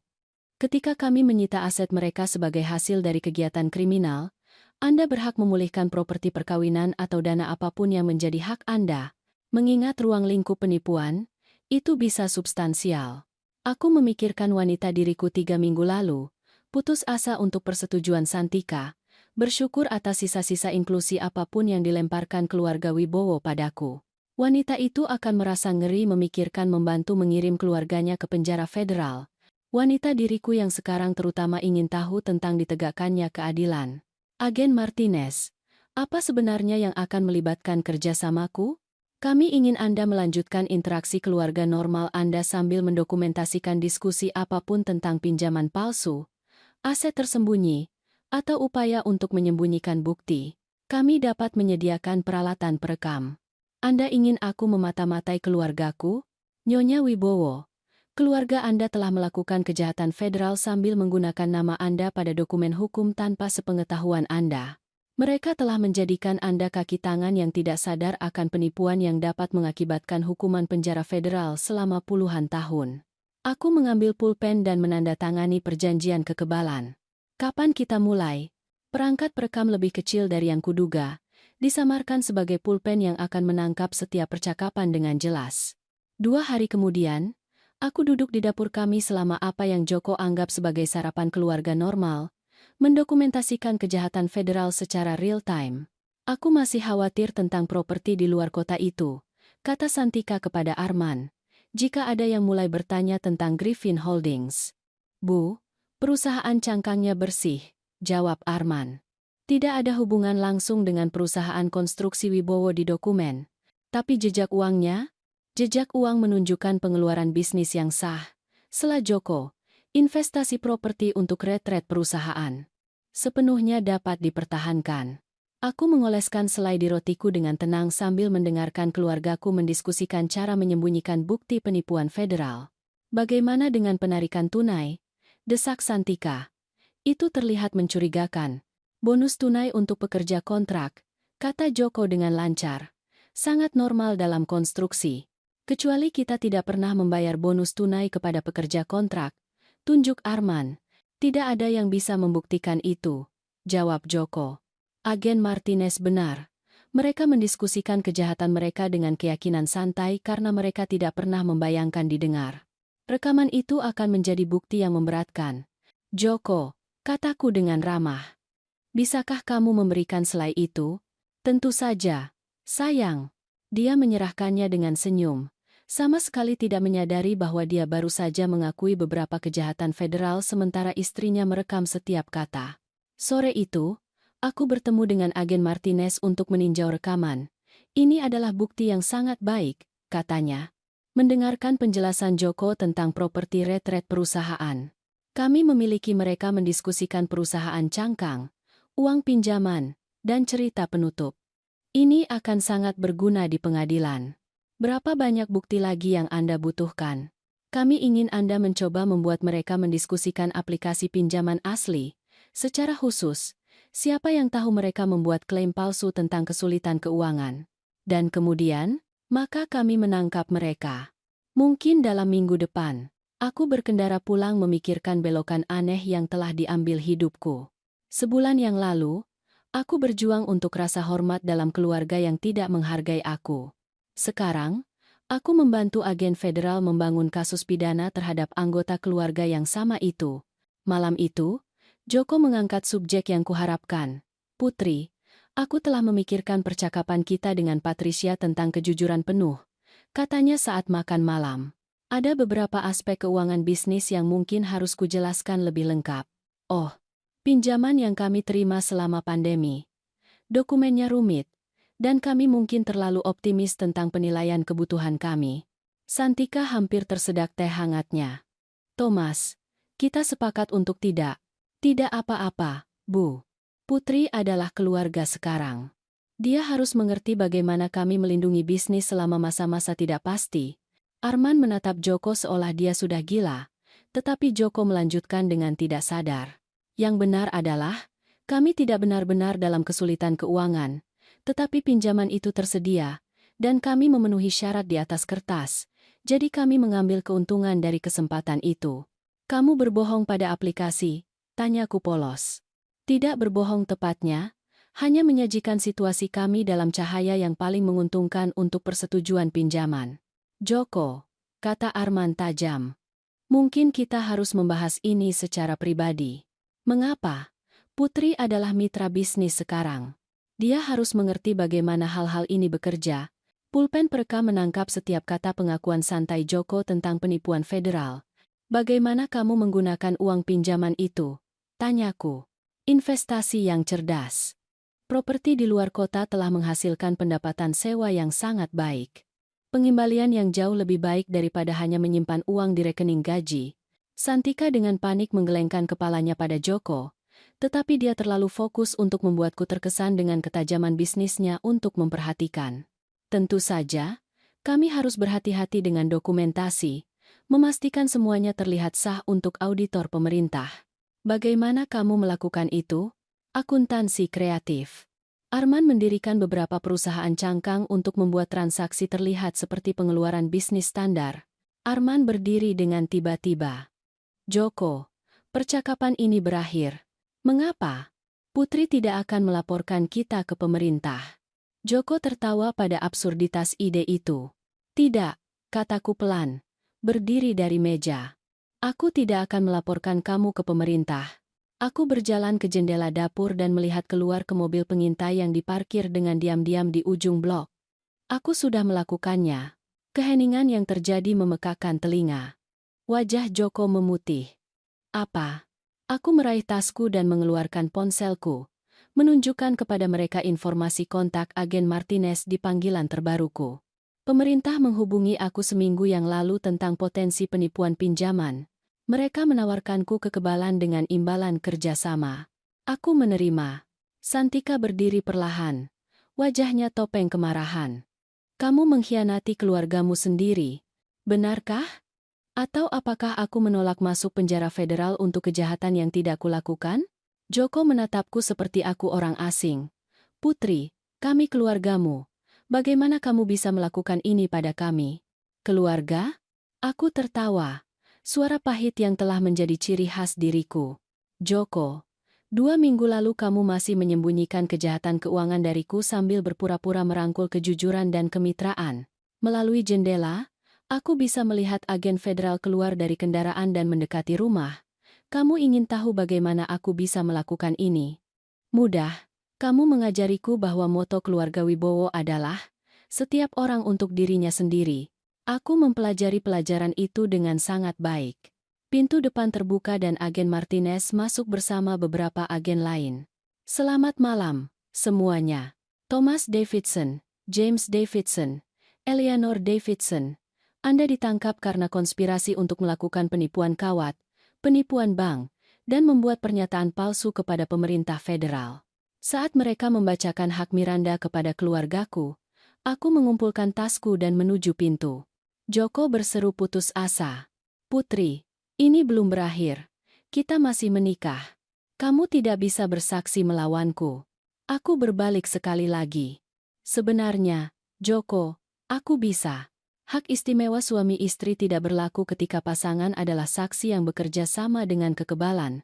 Ini akan menghancurkanmu juga. Desis Santika saat para agen memborgolnya. Santika, aku telah dihancurkan dan dibangun kembali 2 kali dalam sebulan terakhir. Aku mulai cukup mahir dalam hal itu. Saat aku berjalan keluar dari rumah di mana aku telah menghabiskan 25 tahun diremehkan dan ditipu, aku merasakan sesuatu yang tidak kuduga. Kelegaan. Kelegaan murni dan tidak rumit bahwa aku tidak akan pernah lagi harus berpura-pura bahwa orang-orang yang memperlakukanku dengan buruk melakukannya karena cinta. 18 bulan kemudian, aku berdiri di dek rumah baruku. Rumah yang direnovasi yang kubeli dengan hasil dari kasus pemulihan aset.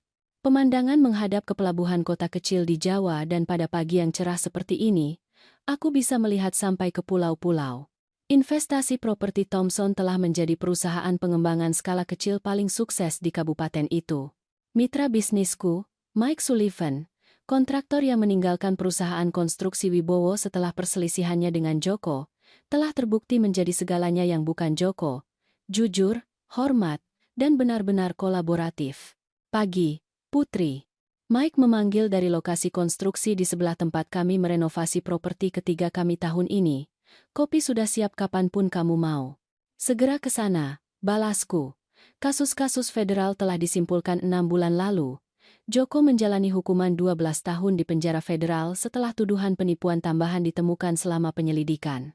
Arman menerima 15 tahun ketika pemerintah menemukan penggelapan dananya dari kontrak kota.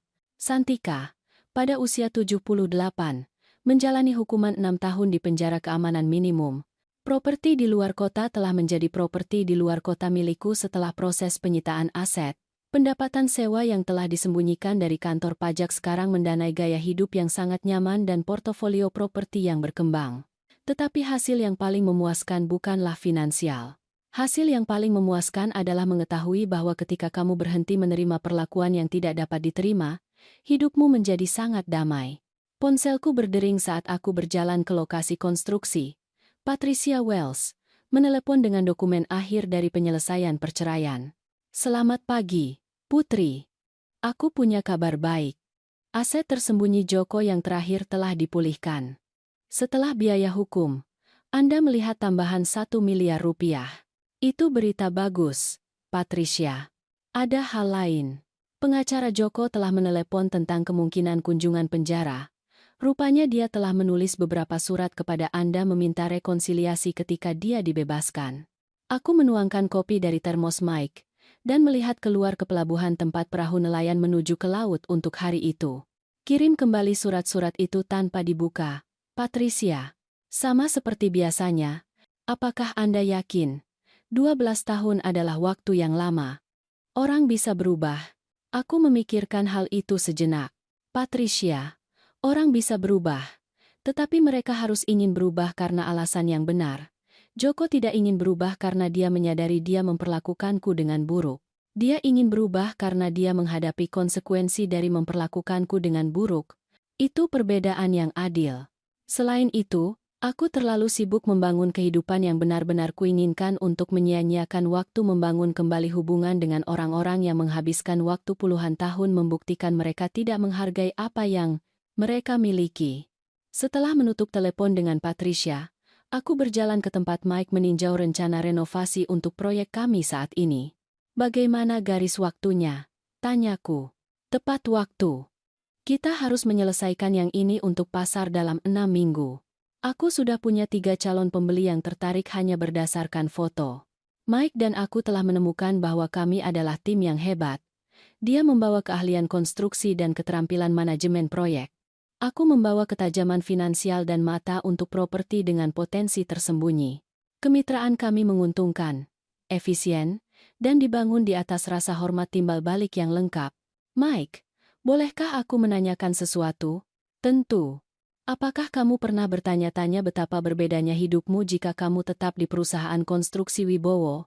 Dia mempertimbangkan pertanyaan itu sambil meninjau proyeksi biaya kami. Jujur, kupikir aku mungkin akan berada di penjara federal sekarang.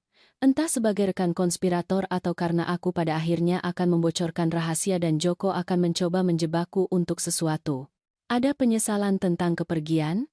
Hanya bahwa aku menunggu begitu lama untuk menyadari aku pantas mendapatkan yang lebih baik daripada bekerja untuk orang-orang yang tidak menghargai kontribusiku. Aku tersenyum mendengarnya. Mike telah mempelajari pelajaran yang sama denganku, hanya dalam konteks yang berbeda. Sore itu, aku melewati gedung lama perusahaan konstruksi Wibowo. Itu telah disita oleh pemerintah federal dan sekarang dijual dengan diskon yang signifikan. Aku sempat mempertimbangkan untuk membelinya, tetapi pada akhirnya memutuskan aku tidak tertarik memiliki simbol kehidupan lamaku. Sebaliknya, aku berkendara ke Panti Jompo Cahaya Senja, fasilitas Santika sebelumnya, tempat aku bertemu dengan direktur tentang potensi peluang bisnis. Nyonya Wibowo, atau haruskah aku katakan, Ibu Thompson? Helen Morrison tersenyum saat aku memasuki kantornya. Aku telah kembali secara hukum ke nama gadisanku setelah perceraian. Ibu Thompson sempurna. Aku telah meninjau proposal Anda untuk proyek renovasi Panti Jompo. Ini cukup ambisius. Itu sangat dibutuhkan. Komunitas ini pantas mendapatkan pilihan perumahan senior yang lebih baik daripada yang tersedia saat ini. Helen menyebarkan rencana arsitektur di mejanya. Kompleks Panti Jompo 100 unit dengan fasilitas modern, fasilitas terapi, dan unit perawatan memori khusus. Proyeksi anggarannya terlihat realistis. Mike Sullivan dan aku telah berhasil menyelesaikan 5 proyek serupa di kabupaten lain. Kami memahami persyaratan unik konstruksi perumahan senior dan pembiayaan Anda. Aku tersenyum, memikirkan ironi mendanai perbaikan perumahan senior dengan uang yang dipulihkan dari orang-orang yang menghabiskan waktu bertahun-tahun mengeluh tentang biaya mendukung anggota keluarga lanjut usia. Sepenuhnya dijamin melalui investasi swasta dan hibah pembangunan federal. Kita bisa mulai bekerja segera setelah izin disetujui. Helen menandatangani perjanjian pendahuluan sore itu. Menjelang malam, aku memiliki proyek pengembangan besar ke-6ku di bawah kontrak dan rencana yang jelas untuk berekspansi ke pasar perumahan senior. Malam itu, aku duduk di deku dengan teh hangat, menyaksikan matahari terbenam di atas pelabuhan dan memikirkan perjalanan yang telah membawaku ke sini. Setahun setengah yang lalu, aku berjuang untuk mendapatkan remah-remah rasa hormat dari orang-orang yang melihatku sebagai sumber daya yang nyaman untuk dikelola dan dikendalikan. Hari ini, aku adalah pemilik bisnis yang sukses, anggota komunitas yang dihormati, dan seseorang yang telah belajar bahwa menuntut perlakuan yang lebih baik tidak membuat kamu sulit. Itu membuat kamu tidak tersedia bagi orang-orang yang tidak berniat memperlakukan kamu dengan baik. Bagian terbaiknya bukanlah uang atau kesuksesan bisnis, meskipun keduanya memuaskan.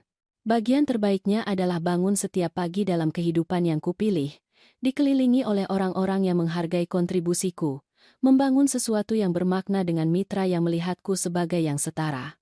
Joko salah tentang banyak hal, tetapi dia terutama salah tentang asumsinya bahwa aku membutuhkan keluarga Wibowo lebih dari mereka membutuhkanku.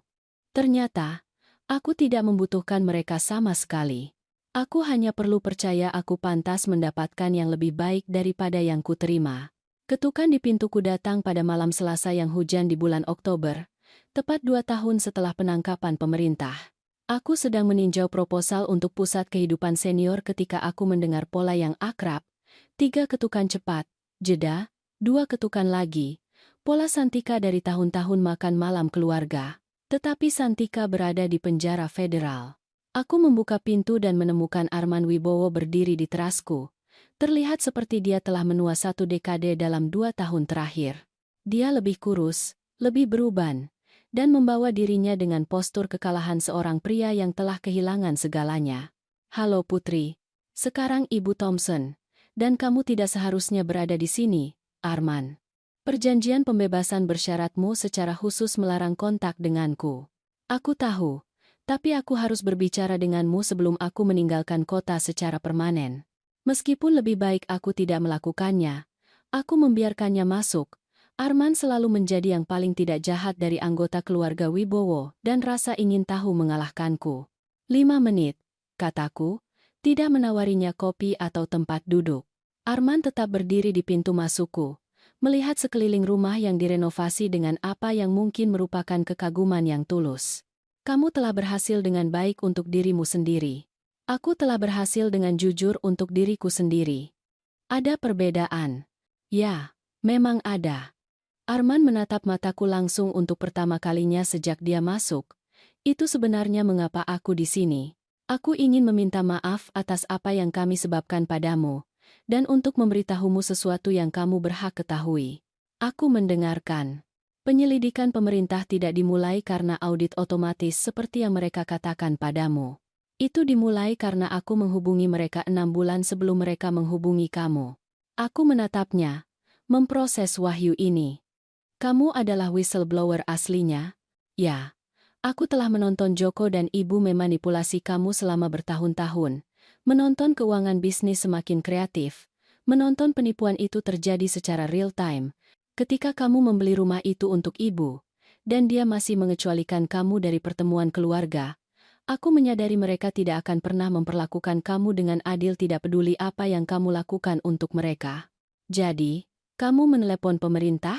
Aku menelepon pemerintah, memberi mereka catatan keuangan, dan setuju untuk membuat rekaman percakapan keluarga. Aku telah bekerja sama selama lebih dari 8 bulan sebelum mereka mendekati kamu. Implikasinya mengejutkan. Kamu merekam kami selama pertemuan meja dapur itu, setiap percakapan selama berbulan-bulan, pertemuan bisnis, makan malam keluarga, diskusi tentang menyembunyikan uang, semuanya. Aku berjalan ke jendela ruang tamuku, melihat keluar ke hujan dan mencoba memahami mengapa Arman memberitahuku ini sekarang. Mengapa? Tanyaku akhirnya. Mengapa kamu berbalik melawan keluargamu sendiri? Arman duduk dengan berat di sofa tanpa diundang. Karena mereka tidak bertindak seperti keluarga. Keluarga tidak secara sistematis mengeksploitasi dan memanipulasi satu sama lain. Keluarga tidak melakukan kejahatan federal sambil menjadikan kerabat mereka kaki tangan yang tidak sadar. Tapi kamu berpartisipasi dalam kejahatan itu juga. Aku melakukannya. Dan aku telah menjalani hukuman. Dan aku akan hidup dengan konsekuensinya selama sisa hidupku. Tetapi aku tidak bersedia menonton mereka menghancurkan kamu dalam prosesnya. Aku berbalik menghadapnya. Arman, kamu masih masuk penjara. Jika kamu bekerja sama, mengapa kamu tidak mendapatkan kekebalan seperti aku? Karena aku bersalah. Aku membantu menciptakan perusahaan cangkang. Aku memproses aplikasi pinjaman palsu. Aku menyiapkan rekening tersembunyi. Kerja sama mengurangi hukumanku, tetapi itu tidak dapat menghilangkan kesalahanku. Dan sekarang aku pindah keluar kota untuk bekerja konstruksi untuk perusahaan yang bersedia mempekerjakan mantan narapidana. Aku ingin melihatmu sebelum aku pergi. Untuk memberitahumu bahwa melihat kamu menolak menerima perlakuan kami terhadapmu adalah katalis untuk semua yang terjadi selanjutnya. Arman berdiri dan menuju pintu. Kamu pantas mendapatkan yang jauh lebih baik daripada yang kami berikan padamu, Putri. Aku minta maaf, butuh hukuman penjara federal untuk memperjelasnya. Arman, tunggu. Dia berbalik. Terima kasih telah memberitahuku yang sebenarnya. Dia mengangguk dan berjalan keluar ke hujan. Setelah dia pergi, aku duduk di ruang tamuku mencoba menyerap wahyu terakhir ini. Arman telah melindungiku jauh sebelum aku belajar melindungi diriku sendiri. Keputusannya untuk menghubungi pemerintah pada akhirnya menyelamatkan aku dari potensi penuntutan sambil memastikan bahwa orang-orang yang mengeksploitasiku menghadapi konsekuensi atas tindakan mereka. Keesokan paginya, aku menelepon agen Martinez. Ibu Thompson, senang mendengar kabar dari Anda. Bagaimana Anda menetap di kehidupan baru Anda? Sangat baik, terima kasih. Agen Martinez. Aku melakukan percakapan yang menarik kemarin dengan Arman Wibowo. Dia mengatakan padaku dia adalah sumber asli Anda untuk penyelidikan. Ya, itu benar. Bapak Wibowo menghubungi kami 8 bulan sebelum kami mendekati Anda. Kerjasamanya sangat penting dalam membangun kasus kami. Mengapa Anda tidak memberitahuku itu ketika kita pertama kali bertemu? Kami biasanya tidak mengungkapkan sumber kami, bahkan kepada saksi yang bekerja sama lainnya. Bapak Wibowo secara khusus meminta agar perannya dirahasiakan sampai setelah pembebasannya dari penjara. Dia berusaha melindungiku, bahkan saat dia sendiri masuk penjara. Bapak Wibowo menjelaskan dari percakapan pertama kami bahwa perhatian utamanya adalah memastikan Anda tidak dituntut atas kejahatan yang tidak Anda sadari. Kerjasamanya dimotivasi sebagian besar oleh keinginannya untuk melindungi Anda dari kegiatan kriminal keluarganya. Setelah menutup telepon dengan agen Martinez, aku menyadari bahwa kisah keluarga Wibowo tidak sesederhana yang kukira. Arman telah melihat masalah yang sama denganku, tetapi dia telah bertindak untuk memperbaikinya bahkan sebelum aku menyadari ruang lingkup penuh penipuan itu. Sore itu, aku melakukan sesuatu yang belum kulakukan dalam 2 tahun. Aku menulis surat kepada seseorang di penjara federal. Kepada Arman yang terkasih, terima kasih atas percakapan kemarin dan atas kebenaran tentang peranmu dalam penyelidikan. Aku mengerti sekarang bahwa kamu melindungiku jauh sebelum aku belajar melindungi diriku sendiri. Aku ingin kamu tahu bahwa keputusanmu untuk bekerja sama dengan pemerintah adalah pilihan yang tepat, terlepas dari biaya pribadinya. Terkadang melakukan hal yang benar berarti menerima tanggung jawab atas kesalahanmu, sambil memastikan bahwa orang lain tidak terus dirugikan. Aku harap kehidupan barumu di luar kota membawamu kedamaian dan hubungan yang jujur yang tidak satu pun dari kita miliki dalam dinamika keluarga Wibowo. Mantan iparmu, Putri Thompson. Aku mengirim surat itu malam itu, bersama dengan sedikit uang untuk membantunya menetap di kehidupan barunya. Keluarga Wibowo telah mengajariku banyak pelajaran selama bertahun-tahun. Tetapi pelajaran terakhir datang dari anggota keluarga yang paling tidak kuduga. Bahwa penebusan mungkin terjadi ketika seseorang memilih untuk melindungi orang lain alih-alih melindungi diri mereka sendiri. Arman telah masuk penjara federal, kehilangan bisnisnya, dan menghancurkan masa depan keuangannya untuk memastikan bahwa aku tidak akan hancur bersama dengan anggota keluarga lainnya. Itu adalah hal paling murah hati yang pernah dilakukan siapapun di keluarga Wibowo untukku, dan butuh dakwaan kriminal federal untuk mewujudkannya. 5 tahun setelah malam Oktober yang hujan itu, aku berdiri di lobi pusat kehidupan senior Thompson, menyaksikan pekerja memasang plakat dedikasi yang berbunyi, didedikasikan untuk membangun komunitas di mana setiap orang dihargai dan dihormati. Fasilitas 100 unit itu telah beroperasi dengan kapasitas penuh selama 18 bulan, dan telah menerima pengakuan sebagai model untuk perawatan senior di komunitas pedesaan. Tetapi pagi itu membawa pengunjung kejutan yang memaksaku menghadapi babak terakhir kisah keluarga Wibowoku. Wanita yang mendekatiku itu elegan, berambut perak, dan bergerak perlahan dengan bantuan alat bantu jalan.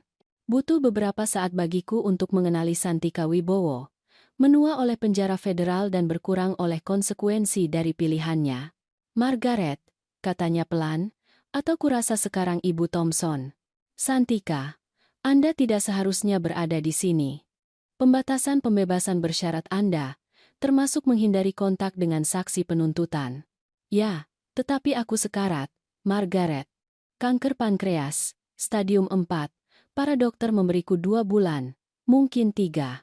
Aku melihat wanita yang telah menghabiskan 25 tahun membuatku merasa tidak disambut dalam keluargaku sendiri, sekarang tereduksi menjadi mencariku untuk apa yang jelas merupakan percakapan terakhir. Apa yang Anda inginkan, Santika? Aku ingin meminta maaf. Benar-benar meminta maaf. Bukan surat enggan yang kutulis sebagai bagian dari penyelesaian hukum. Aku ingin memberitahumu bahwa kamu benar tentang segalanya. Santika bergerak perlahan ke salah satu kursi yang nyaman di lobi, dan setelah ragu-ragu sejenak, aku duduk di seberangnya.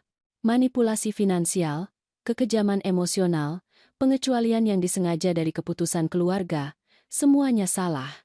Kami memperlakukanmu seperti orang luar sambil mengharapkan kamu mendanai gaya hidup kami. Kami menyelidiki prospek warisanmu seperti kamu adalah peluang bisnis alih-alih keluarga. Mengapa Anda memberitahuku ini sekarang? Suara Santika lebih lemah dari yang kuingat, tetapi kata-katanya lebih jelas dari yang pernah ada. Karena aku punya 4 tahun di penjara federal untuk memikirkan apa yang kami lakukan padamu, dan karena aku menonton liputan berita tentang tempat ini dan menyadari apa yang telah kamu bangun dengan hidupmu sejak meninggalkan kami. Dia menunjuk ke sekeliling lobi yang elegan tempat para penghuni sedang membaca, bermain catur, dan mengobrol dengan anggota keluarga yang berkunjung. Pusat kehidupan senior ini, perusahaan pengembangan Anda, reputasi Anda di komunitas, Anda telah menjadi segalanya yang tidak pernah kami izinkan untuk Anda. Anda telah membangun kesuksesan berdasarkan memperlakukan orang dengan martabat dan rasa hormat, yang persis seperti yang gagal kami lakukan padamu. Aku mempelajari wajah Santika, mencari tanda-tanda manipulasi atau perhitungan, tetapi hanya menemukan kelelahan dan apa yang tampak sebagai penyesalan yang tulus. Santika, aku menghargai permintaan maaf itu, tetapi itu tidak mengubah apapun. Kerusakan telah terjadi sejak lama. Aku tahu. Aku tidak meminta pengampunan atau rekonsiliasi. Aku meminta Anda untuk mengerti bahwa Anda tidak pernah menjadi masalah. Masalahnya adalah keluarga yang tidak dapat melihat nilai pada seseorang yang tidak berjuang untuk dominasi. Santika meraih tasnya dan mengeluarkan amplop manila. Ada hal lain, sesuatu yang harus Anda ketahui tentang Joko. Aku tidak ingin mendengar tentang Joko. Dia telah menulis surat kepada semua orang yang bisa dia pikirkan, mencoba menemukan alamat Anda. Dia pikir penahanannya telah mengajarnya untuk menghargai Anda dengan benar. Benarkah? Santika menggelengkan kepalanya perlahan. Margaret, aku telah menerima lusinan surat dari Joko selama 5 tahun terakhir. Tidak sekalipun dia mengakui bahwa perlakuannya terhadapmu salah. Dia berbicara tentang merindukanmu, tentang ingin membangun kembali pernikahanmu, tentang stabilitas keuangan yang bisa kamu miliki bersama, tetapi dia tidak pernah benar-benar mengatakan bahwa kamu pantas mendapatkan perlakuan yang lebih baik atau bahwa dia salah mengendalikan dan menipumu. Dia menyerahkan amplop itu padaku. Ini salinan surat-surat terbarunya kepadaku. Kupikir Anda harus melihatnya sebelum dia dibebaskan tahun depan. Aku membuka amplop itu dan membaca surat-surat yang memilukan sekaligus menjengkelkan. Joko menulis tentang betapa dia merindukan kemitraan kami, bagaimana dia telah belajar menghargai kontribusiku, bagaimana kami bisa sukses bersama ketika dia dibebaskan. Tidak ada satu kata pun yang mengakui bahwa aku pantas mendapatkan kejujuran dan rasa hormat selama ini. Tidak ada satu pengakuan pun bahwa masalahnya bukanlah kegagalanku untuk menghargainya, tetapi kegagalannya untuk menghargai aku. Dia masih tidak mengerti, kataku akhirnya. Tidak. Dia tidak mengerti. Joko belajar bahwa tindakannya memiliki konsekuensi, tetapi dia tidak pernah belajar mengapa tindakannya salah. Dia pikir seluruh pengalaman ini adalah tentang hukuman untuk kejahatan keuangan. Dia tidak mengerti bahwa itu adalah tentang konsekuensi memperlakukan seseorang yang mencintainya seolah dia bisa dibuang. Santika berdiri perlahan, bersandar berat pada alat bantu jalannya. Aku ingin memperingatkan Anda bahwa dia mungkin akan mencoba menghubungi Anda ketika dia dibebaskan, dan aku ingin Anda tahu bahwa tidak semua orang di keluarga kami buta terhadap apa yang kami lakukan padamu. Mengapa ini penting bagi Anda sekarang, Santika? Dia berhenti di pintu masuk lobi, melihat kembali padaku dengan sesuatu yang mungkin merupakan kesedihan yang tulus. Karena aku menyadari bahwa dalam 25 tahun menjadi ibu mertuamu, aku tidak pernah sekalipun mengatakan padamu bahwa kamu adalah istri yang baik untuk putraku. Kamu sabar, murah hati, mendukung, dan setia. Kamu pantas mendapatkan keluarga yang menghargai kualitas-kualitas itu alih-alih mengambil keuntungan darinya. Margaret, kamu membangun sesuatu yang indah di sini. Kamu memperlakukan orang asing dengan martabat dan perhatian yang lebih dari yang pernah kami perlakukan padamu. Itu memberitahuku semua yang perlu kutahu tentang karakter Anda dan semua yang perlu kuakui tentang karakter kami. Setelah Santika pergi, aku duduk di lobi untuk waktu yang lama, menyaksikan aktivitas sore para penghuni dan anggota staf yang saling memperlakukan dengan rasa hormat dasar yang telah kuperjuangkan dan akhirnya kutemukan. Malam itu, aku menelepon Mike Sullivan, yang telah menjadi bukan hanya mitra bisnisku, tetapi salah satu teman terdekatku. Santika Wibowo mengunjungiku hari ini, kataku padanya saat makan malam di restoran favorit kami. Baru bebas dari penjara, kanker stadium akhir. Dia ingin meminta maaf dan memperingatkanku bahwa Joko akan menghubungiku ketika dia keluar tahun depan. Mike mempertimbangkan hal ini sambil menyelesaikan ikannya. Apakah kamu khawatir tentang itu?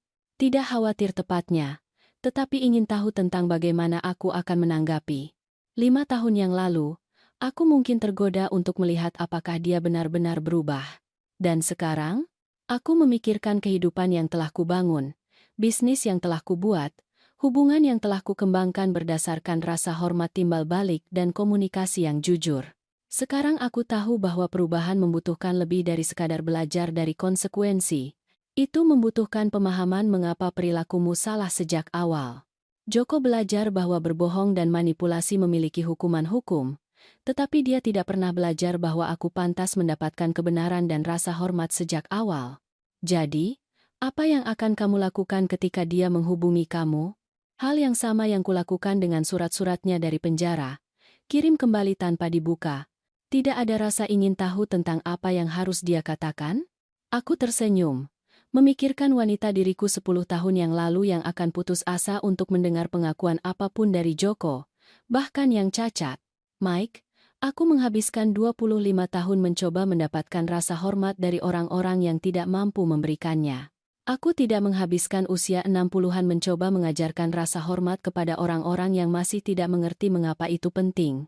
2 bulan kemudian, aku menerima pemberitahuan bahwa Santika Wibowo telah meninggal di perawatan hospis.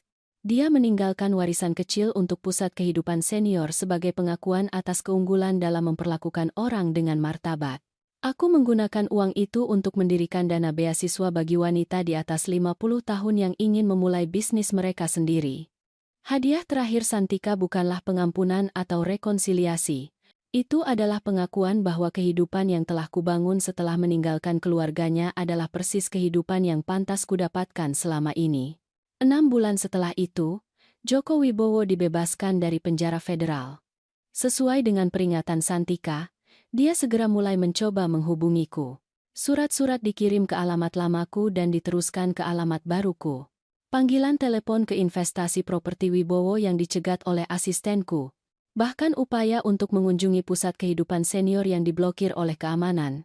Setiap surat dan pesan dikembalikan tanpa dibuka, persis seperti yang kujanjikan pada diriku sendiri, karena aku telah mempelajari pelajaran paling penting dalam kehidupan dewasaku. Kamu tidak bisa mencintai seseorang hingga menghormati kamu, dan kamu tidak bisa menjelaskan nilaimu kepada orang-orang yang bertekad untuk tidak melihatnya. Keluarga Wibowo telah menghabiskan 25 tahun mengajariku bahwa aku nyaman, tetapi tidak berharga, berguna, tetapi tidak dihormati, dibutuhkan, tetapi tidak dihargai. Butuh penyelidikan pemerintah dan hukuman penjara federal bagiku untuk mengerti bahwa penilaian mereka terhadap nilaiku tidak mengatakan apa-apa tentang nilai aktualku dan segala sesuatu tentang karakter mereka. Hari-hari ini, aku bangun setiap pagi dalam kehidupan yang dibangun di atas hubungan yang jujur, kemitraan yang sukses, dan rasa hormat timbal balik yang tulus. Aku dikelilingi oleh orang-orang yang menghargai kontribusiku, menghargai pikiranku, dan memperlakukanku seperti mitra yang setara yang selalu kuinginkan. Dan ketika orang bertanya kepadaku bagaimana aku menemukan keberanian untuk menjauh dari semua yang akrab untuk membangun sesuatu yang lebih baik, aku mengatakan yang sebenarnya, aku tidak menemukan keberanian. Aku menemukan kejelasan. Kejelasan tentang apa yang pantas kudapatkan, apa yang bersedia kuterima, dan apa yang mampu kubangun ketika aku berhenti mencoba membuat orang lain melihat nilaiku. Keluarga Wibowo mengajariku bahwa rasa hormat tidak dapat dituntut dari orang-orang yang bertekad untuk tidak memberikannya. Tetapi mereka juga mengajariku bahwa rasa hormat dapat ditemukan dengan orang-orang yang memahami nilainya. Aku memilih untuk menghabiskan waktuku dengan orang-orang yang sudah mengerti, dan pilihan itu membuat semua perbedaan. Kisah yang kami ceritakan adalah fiksi, tetapi terinspirasi oleh peristiwa nyata. Nama dan tempat telah diubah untuk melindungi identitas mereka yang terlibat. Kami tidak menceritakan ini untuk menghakimi, tetapi dengan harapan bahwa seseorang akan mendengarkan dan berhenti untuk berpikir berapa banyak orang yang menderita dalam keheningan di dalam keluarga mereka sendiri. Terima kasih telah mendengarkan. Jangan lupa berlangganan dan jangan ragu untuk berbagi kisah Anda di komentar. Suara Anda penting. Kesabaran dan keikhlasan dalam menghadapi ketidakadilan keluarga pada akhirnya akan membawa kejelasan dan kekuatan untuk menuntut martabat diri. Karma baik dan buruk berlaku, dan kejujuran serta nilai-nilai keluarga yang sejati adalah fondasi utama, bukan kekayaan atau status yang didapat dengan tipu daya. Setiap orang berhak diperlakukan dengan hormat sebagai mitra yang setara.